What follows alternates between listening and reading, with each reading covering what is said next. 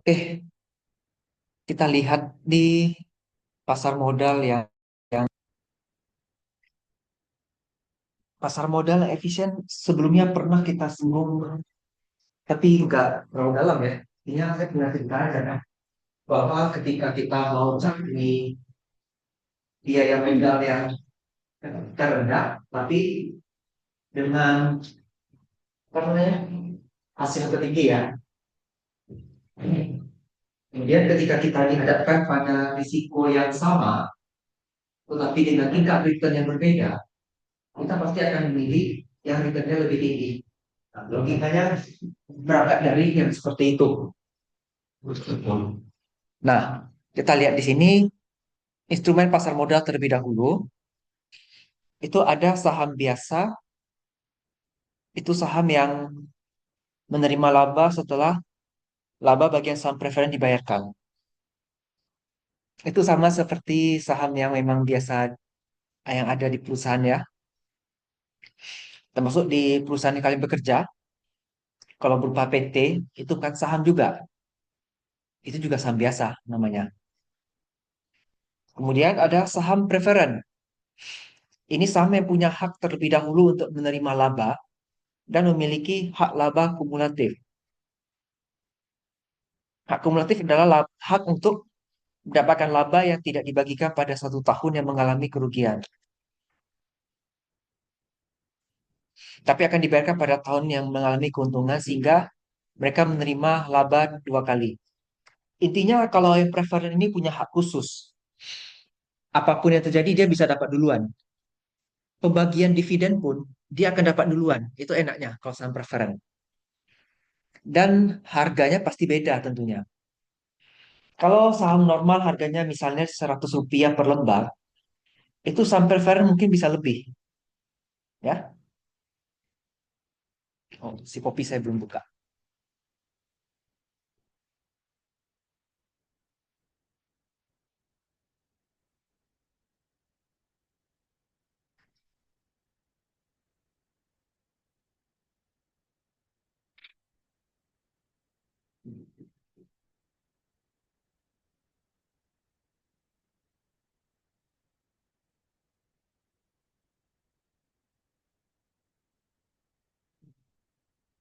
Jadi bisa membedakan saham preferen dengan saham biasa.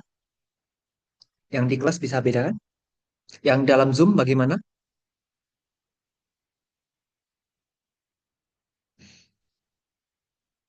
Yang di dalam ditanyakan terkait perbedaan dua jenis saham ini.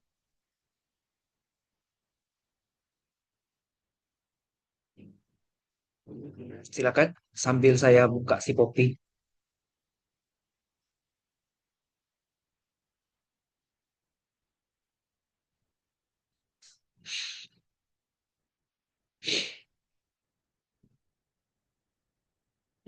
Ya,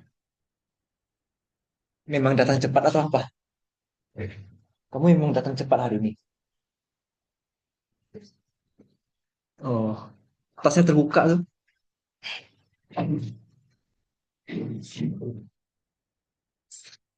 Baik, kalau kuliah di sini enaknya ketika terjadi kondisi seperti ini kita bisa hybrid, fleksibel.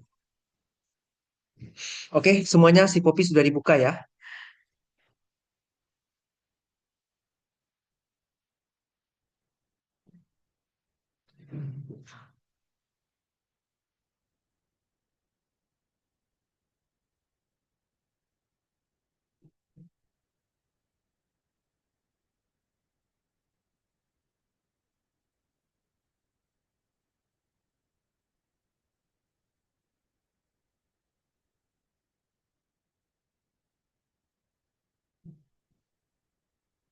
Oke, kita lanjut materi.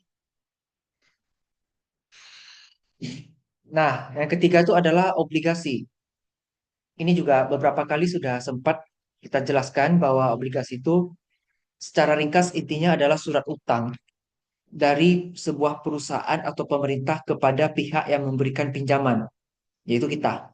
Biasanya kita atau perusahaan lain yang membeli obligasi itu. Kemudian bukti right. Right itu adalah hak untuk membeli saham pada harga tertentu pada jangka waktu tertentu. Hak membeli itu dimiliki oleh pemegang saham lama. Harga tertentu ini berarti harganya sudah ditetapkan di muka dan biasanya disebut harga pelaksanaan atau harga tebusan.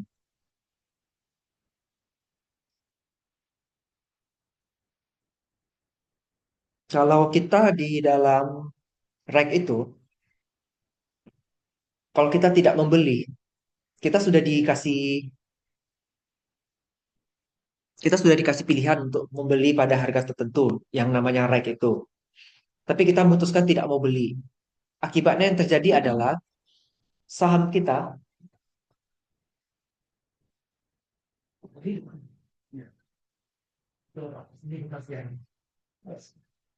Saya masih lanjut. Oh, betul. Ini masih saya tahu. Itu hujan, Pak. Hujan itu. Itu saya. Online Zoom juga. Online juga. Dan Zoom juga ini. Itu disuruh dari sekarang data. Kamu sekarang kamu beli. Beli. Kalau nggak pakai itu ini, pakai akun dari itu. Betul. Istilah bisa. Kami dulu. Ada ya. Udah. Ini awalnya kan? Hah? Waktu itu kita untuk seperti PPI, apa? Kita pun PPI yang semakin dulu dari kalian. Biasa pakai ini foto. Gimana tuh kita tulis? Gak keluar ya kita itu. Belum tahu sih. Dan kalau bisa. Tapi makanya yang ngomong tulis. Berapa besar? Ya, oh pak. Karena diingatkan di grup memang banyak orang yang banyak yang itu. Sebetulnya tidak gampang, memang ramah.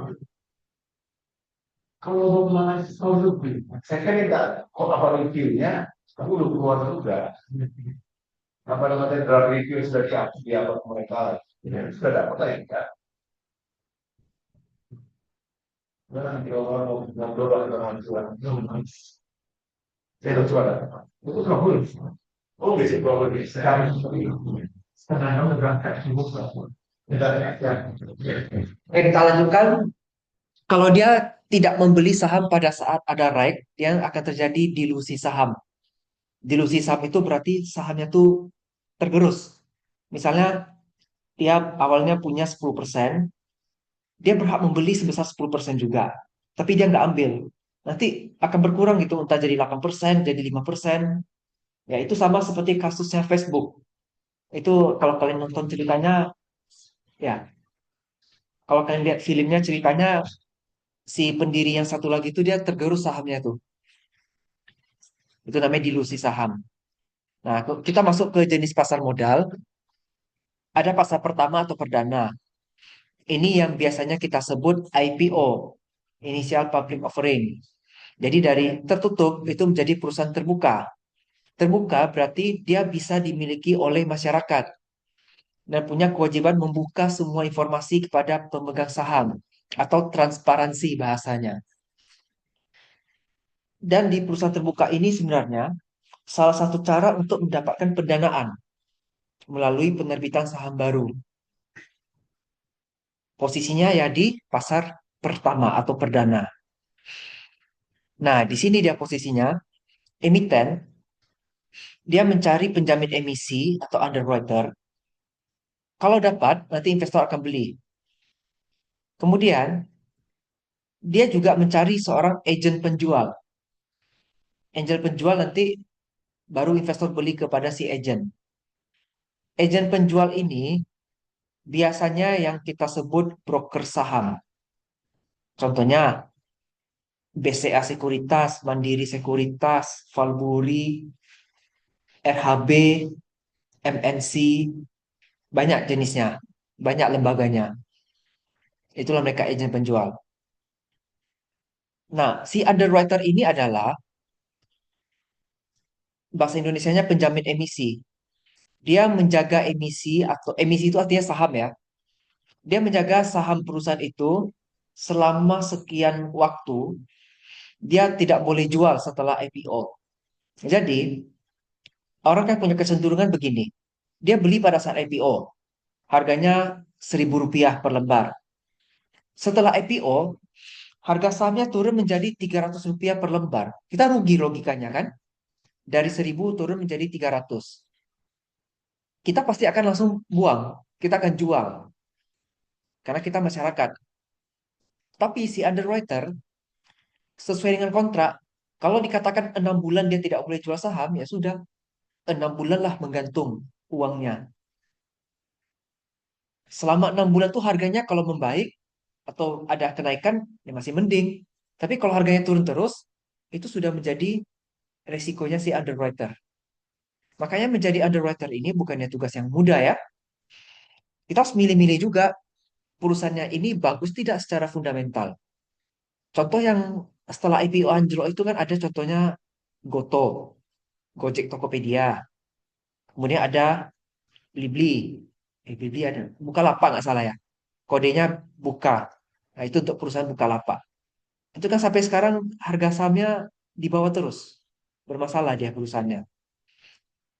Dari informasi yang saya dapat, kalian bisa uji sendiri kebenarannya ya. Katanya perusahaannya itu secara fundamental tidak bagus.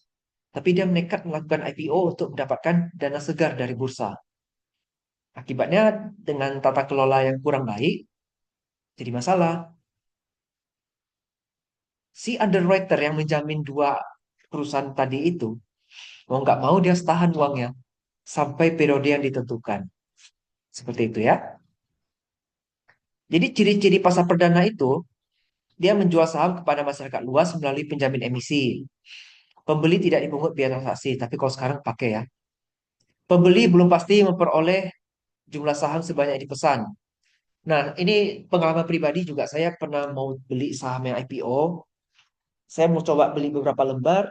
Yang di ACC hanya satu lembar rupanya. Itu karena banyak yang minta beli. Nah, oversubscribe dia bahasa di dalam keuangannya. Misalnya dia hanya menerbitkan 1 miliar lembar saham. Tapi orang yang mau beli, itu ada sampai 3 miliar orang. 3 miliar lembar saham yang dipesan. Kalau misalnya saya pesan 10 lembar, berarti kan saya cuma dapat 1/3 jadinya. Karena tergantung kapasitas. Kemudian investor membeli melalui penjamin emisi. Ini ya, masa pesanan terbatas, betul. Karena kalau perusahaan IPO, hanya sampai pada tanggal tertentu saja kita bisa beli. Lewat tanggal itu, kita nggak bisa beli. Kecuali dia sudah betul-betul resmi IPO. Jadi, periode pemesanan, nanti ada masa vakum itu. Katakanlah bisa 1 bulan. Jadi selama masa vakum 1 bulan, kita nggak bisa ngapa-ngapain, nggak bisa beli, nggak bisa jual. Setelah masa vakum, berarti kan dia sudah IPO. Sesudah IPO, kita mau jual silahkan. Orang masyarakat yang belum sempat beli, kalau mau beli, bisa di pada saat IPO-nya. Tapi kalau sebelum IPO memang hanya pada periode waktu tertentu saja ya. Kemudian penawaran melibatkan profesi seperti akuntan publik ini jelas, ini untuk mengaudit. Laporan keuangan itu wajib opini harus opini yang paling bagus atau opini yang nomor dua terbagus. Wajar tanpa pengecualian, itu yang paling bagus. Atau wajar dengan pengecualian, itu juga masih oke. Wajar dengan pengecualian itu bukan berarti tidak bagus ya. Dia masih dalam kategori bagus, tetapi akan ada beberapa catatan khusus. Misalnya, perusahaan yang sekarang kami audit tahun ini. Tapi tahun lalu dia auditnya bukan pakai auditor kami. Itu berarti kan ada catatan khusus. Kita mempercayai saja apa yang ditulis oleh auditornya sebelumnya. Karena independensi namanya. Nah, kemudian ada notaris juga, ini pasti. Karena yang namanya akte perusahaan, itu sudah pasti notaris yang kerjain. Notaris yang menerbitkan akunya, yang menerbitkan emisi dan segala macamnya, nanti semua diserahkan kepada notaris. Kemudian konsultan hukum. Ini tuh ibaratnya ada orang yang bisa menjadi second opinion lah kalau misalnya kita ada kebingungan tentang hukum. Kemudian ada perusahaan penilai, appraisal, ini ada juga. Kemudian pasar perdana disebut pasar primer dan pasar first market. Ini hanya istilah saja. Ini penjelasan tentang oversubscribe ya. Jadi penjatahan pesanan akan dilakukan secara proporsional. Oke, yang di kelas ada yang mau ditanyakan sampai di bagian ini? Yang di Zoom ada yang mau ditanyakan?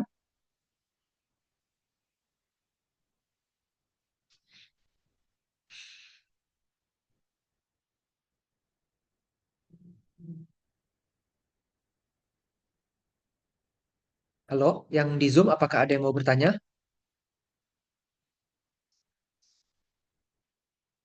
Nggak ada, kita lanjut.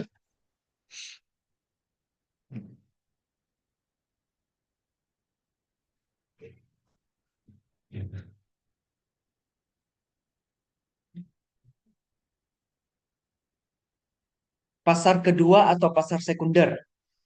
Ini tempat terjadinya sarana transaksi jual beli antar investor. Kalau efek-efek tuh saham artinya ya, karena orang ini pakai bahasa aneh-aneh. Nah, pasar sekunder ini lah pasar yang biasanya kalau kita bisa akses melalui Valburi, MNC Sekuritas kan mereka punya aplikasi. Kita masuk ke aplikasinya, itulah pasar sekunder atau pasar kedua. Nah, di sini ada beberapa ciri-ciri yang bisa kita pelajari. Harga terbentuk oleh investor melalui perantara efek. Terus transaksinya tuh dibawani biaya jual dan biaya beli. Misalnya kalau mau beli itu dikenakan biaya tambahan 0,25%. Kalau jual dikenakan biaya 0,5%. Biasanya di bawah 1% biaya itu. Kemudian pesanan dapat berjumlah tak terbatas. Artinya selagi masih ada penawaran, masih ada as, kita bisa melakukan permintaan atau bid. Yang ditawarkan 3 miliar lembar saham. Kita mau beli 3 miliar semua boleh, tidak masalah. Jadi sebenarnya kata berjumlah tak terbatas itu bukan berarti dia tawarin 3M kita bisa ambil 5M, enggak ya. Artinya tak terbatas tuh sejumlah sesuai dengan penawaran. Itu mekanisme pasar. Mekanisme pasar tuh bisa berubah terus, itu kencang perubahannya. Dia setiap detik saja berubah di dalam aplikasi itu kalau kayak ada investasi saham ya.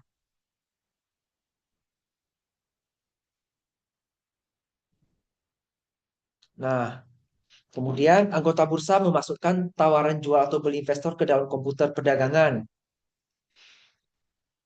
Ini udah otomatis kalau zaman sekarang ya. Kemudian anggota bursa menyelesaikan pembayaran kepada sentra clearing, menerima sahamnya. Nah ini, kalau kita sekarang kan sudah pakai rekening dana nasabah (RDN).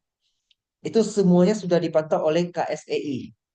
Biar saya tunjukin apa itu KSEI, biar kalian ada wawasan juga. Mungkin ada yang tahu, sudah pernah dengar KSEI, tapi untuk spesifiknya apa, mungkin belum semua. Kita lihat ya. Yang di dalam Zoom kalau ada yang mau bertanya silakan ya.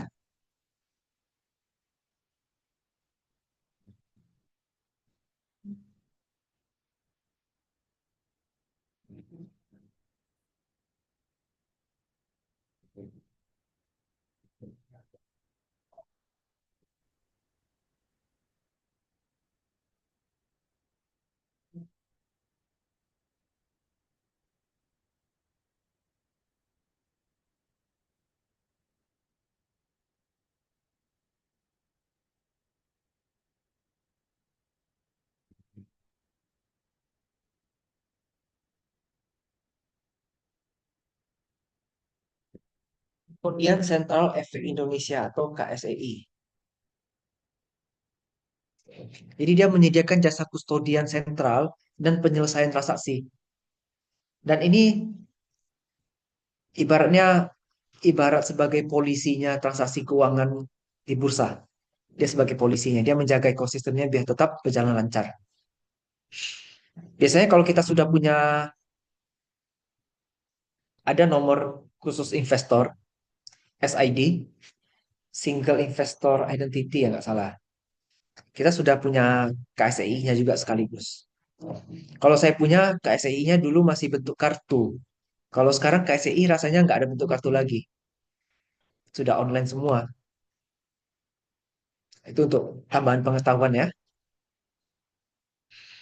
Kemudian anggota bursa menyelesaikan penyerahan. Nah, ini tadi yang KSEI. Kemudian pasar kedua disebut bursa efek atau secondary market. Ini mekanismenya. Ada yang mau beli, ada yang mau jual. Dibeli oleh investor, dijual oleh investor. Semua transaksinya itu melalui bursa efek. Ketika kita mau transaksikan, kita mau beli atau jual, itu akan melalui central clearing dan central custodian. Makanya sini panahnya berputar kan. Uangnya akan berputar di sini, nanti baru akan masuk ke rekening dana nasabah yang sudah kita buka atau rekening investasi.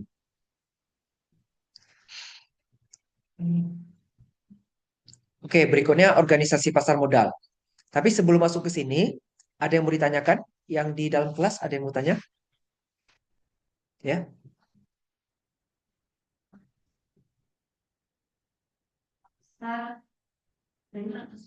sekunder. Karena tidak setiap hari pasar primer aktif. Pasar primer itu hanya untuk yang IPO. Kalau pasar sekunder, tidak yang IPO. Jadi selama hari kerja itu aktif terus. Kecuali dari bursa efek ada melakukan blok, di ban. Jadi nggak bisa. Tapi kalau selagi tidak ada masalah, pasar sekunder itu akan aktif terus selama hari kerja dan jam kerja. Batasannya hanya pada jam kerja aja. Kalau pasar primer itu hanya pada saat IPO saja. Kan kalau perusahaan butuh dana, dia bisa punya dua pilihan. Nerbitin obligasi, surat utang, atau nerbitin saham baru. Kalau nerbitin saham baru itu melalui IPO, penawaran publik perdana. Jadi saham yang dulu dia perusahaan tertutup, menjadi perusahaan terbuka. Makanya di Bursa Efek kita lihat perusahaannya tuh PT bla bla bla TBK kan? Itu dia. Sudah paham?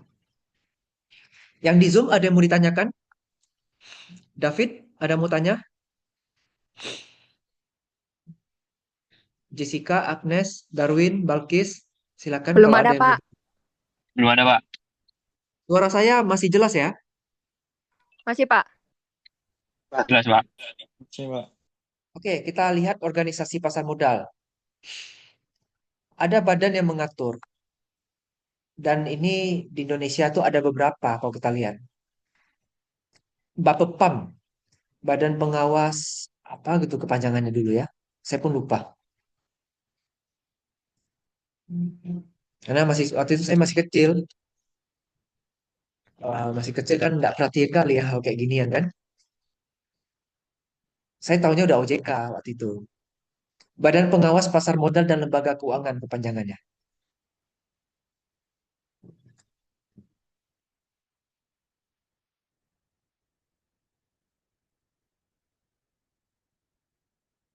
Jadi Bapepam itu digantikan menjadi Otoritas Jasa Keuangan atau OJK. Nah, ini ada OJK tuh berada di bawah Menteri Keuangan. Tugasnya mengeluarkan izin usaha untuk Bursa Efek. Itu berarti si PT Bursa Efek Indonesianya. Kemudian perusahaan efek itu seperti underwriter atau broker, KPEI dan KC.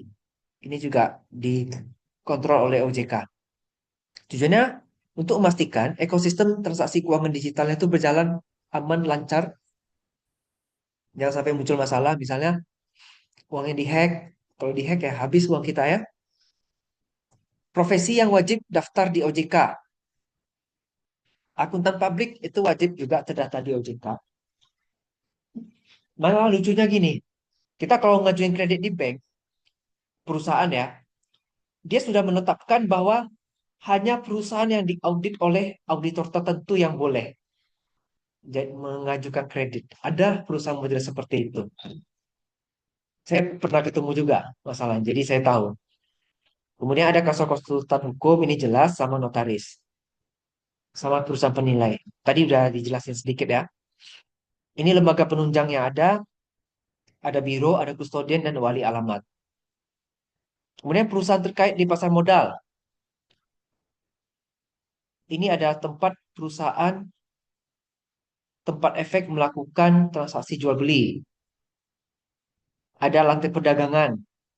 Nah, lantai perdagangan ini kalau zaman dulu pakai nelpon.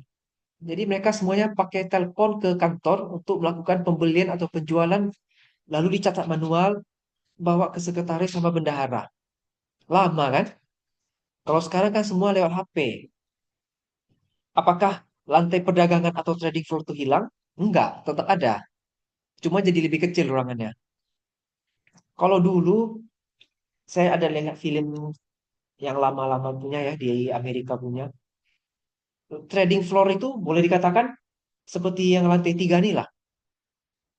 Bayangkan tidak ada sekat untuk kelas ini. Semuanya meja sama kursi. Masing-masing meja ada telepon sama fax. Seperti itulah dulu zamannya. Di Wall Street ya. Nah ini dia. Banyak meja, banyak komputer, printer, telepon sama fax ini ya. Juga ada. Ini nggak ditulis. Hubungan bursa efek KPI dan KSE ini teori ya. Anggota bursa KPI dan KSE juga bisa kalian baca saja. Kemudian sistem market maker. Jadi kelemahan dari auction market itu adalah harga berada di tangan investor atau disebut order driven. Sedangkan anggota bursa lain hanya sebagai perantara. Jadi memang harga itu kan mekanisme permintaan dan penawaran. Itu memang ditentukan oleh pelaku bursanya ya. Salah satunya dan yang memang satu-satunya bisa mempengaruhi itu pasti orang yang bertransaksi, baik dia beli ataupun jual, yang disebut sebagai investor. Makanya disebut order driven. Kalau investornya tidak profesional dan dia emosional, maka harga-harga itu bisa bergejolak naik turun. Bentar. Halo.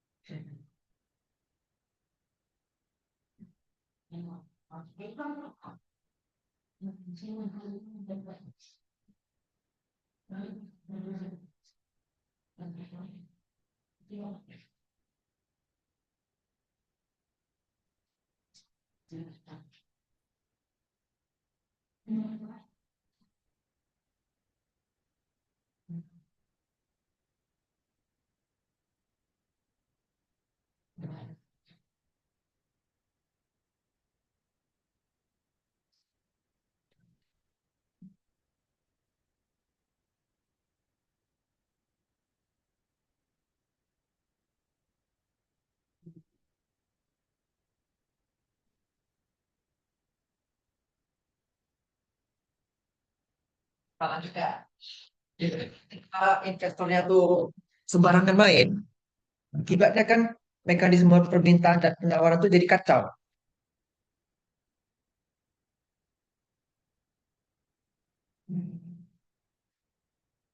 Nanti ada yang namanya bandar.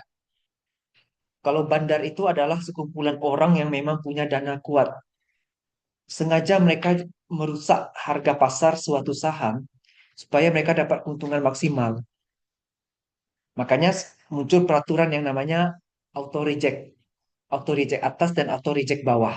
Kalau pernah dengar istilah seperti itu.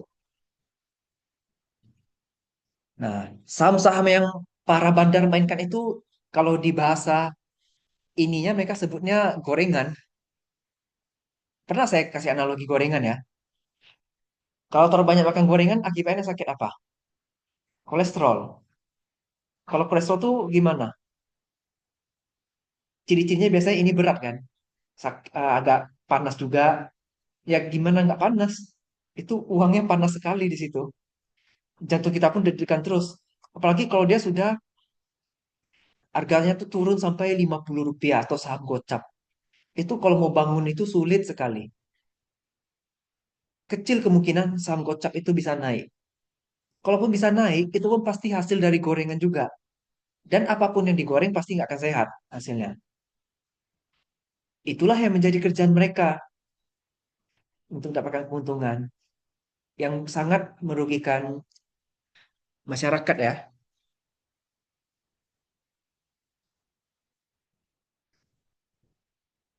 Ini cerita untuk sistem market maker. Daripada cerita paragraf panjang, kita pakai contoh aja langsung ya, biar lebih jelas. Ini ngajarin apa sih, Bi? Yap, yang di Zoom ada yang mau bertanya? Atau yang di kelas? Ada dong yang di kelas. Ada aja. Kopi Bi mana? Google ya? Ricky Wijaya bocor suaranya.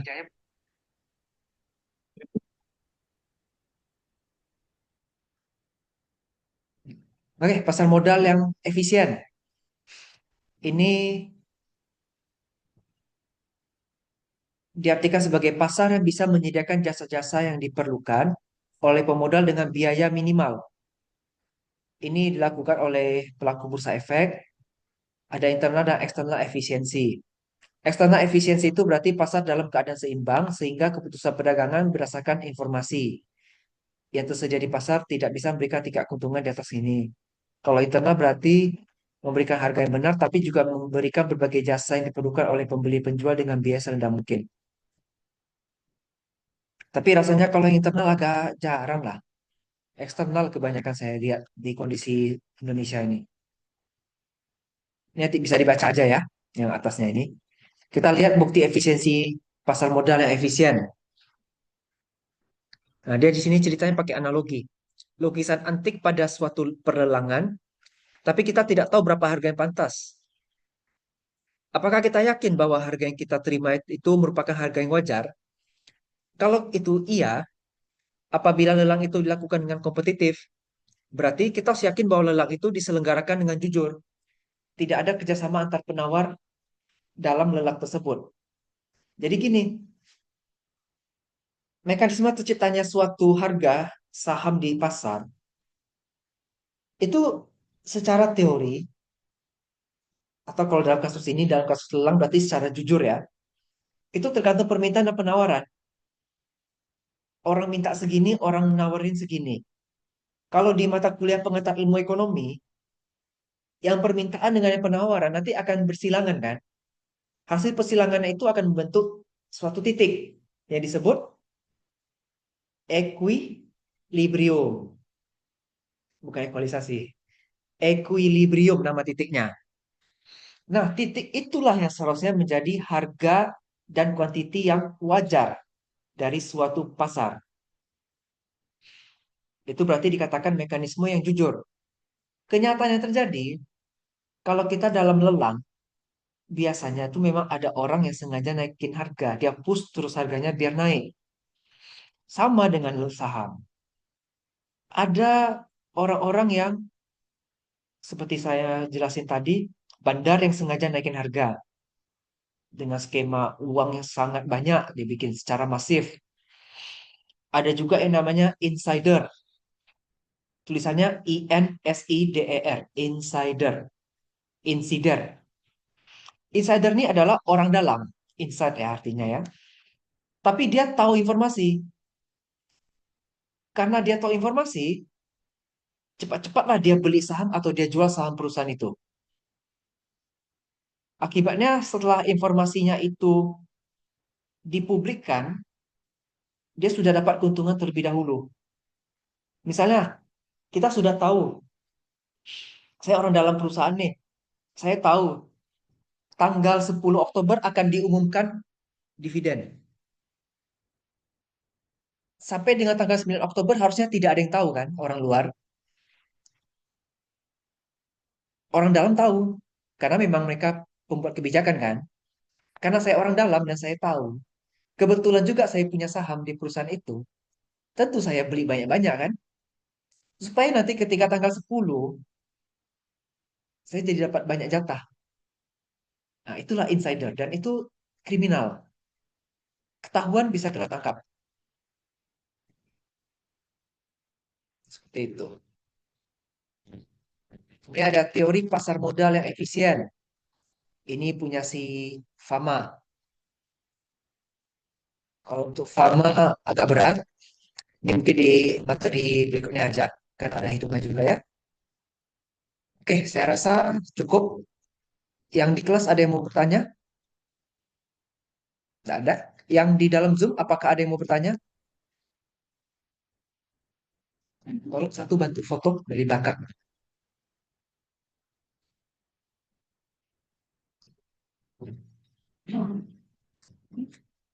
Yang di dalam Zoom silakan.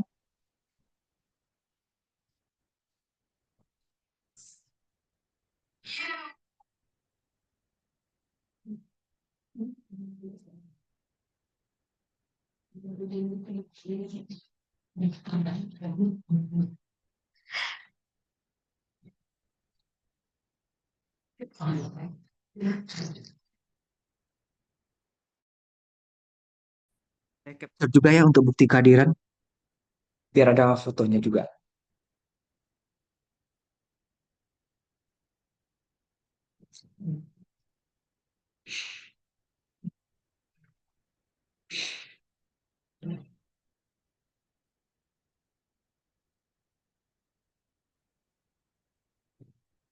Ini karena cuaca lah, makanya kita kayak gini ya. Sudah ada yang terlanjur datang, nggak mungkin pula pulang. Kasihan. Oke, yang lain bisa bantu on cam?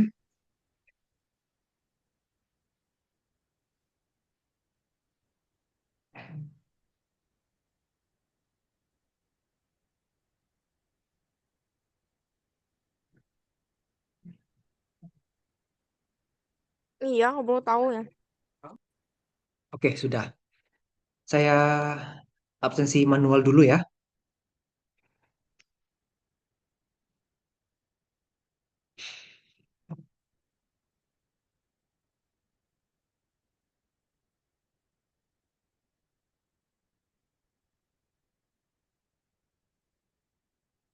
Kalian yang di Zoom jangan keluar dulu.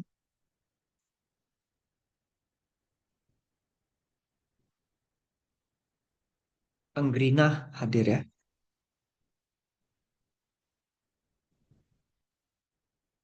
Arianto nggak ada. Balkis online. Hadir, Pak. Ya, Belva, Darwin online, David online, Ada dua. David Fernando online, Angelica hadir, Gloria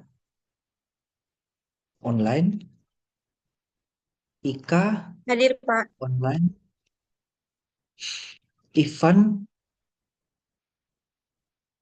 Ivan Jessica Yogi Hadir, ada, Pak. Levi nggak ada, di oh ya, Lydia ada, Meriana, Meta, Meta ada, Nanda, oh Nanda izin, Raihani ada, Hadir, oh, ada Pak. di situ. Hmm.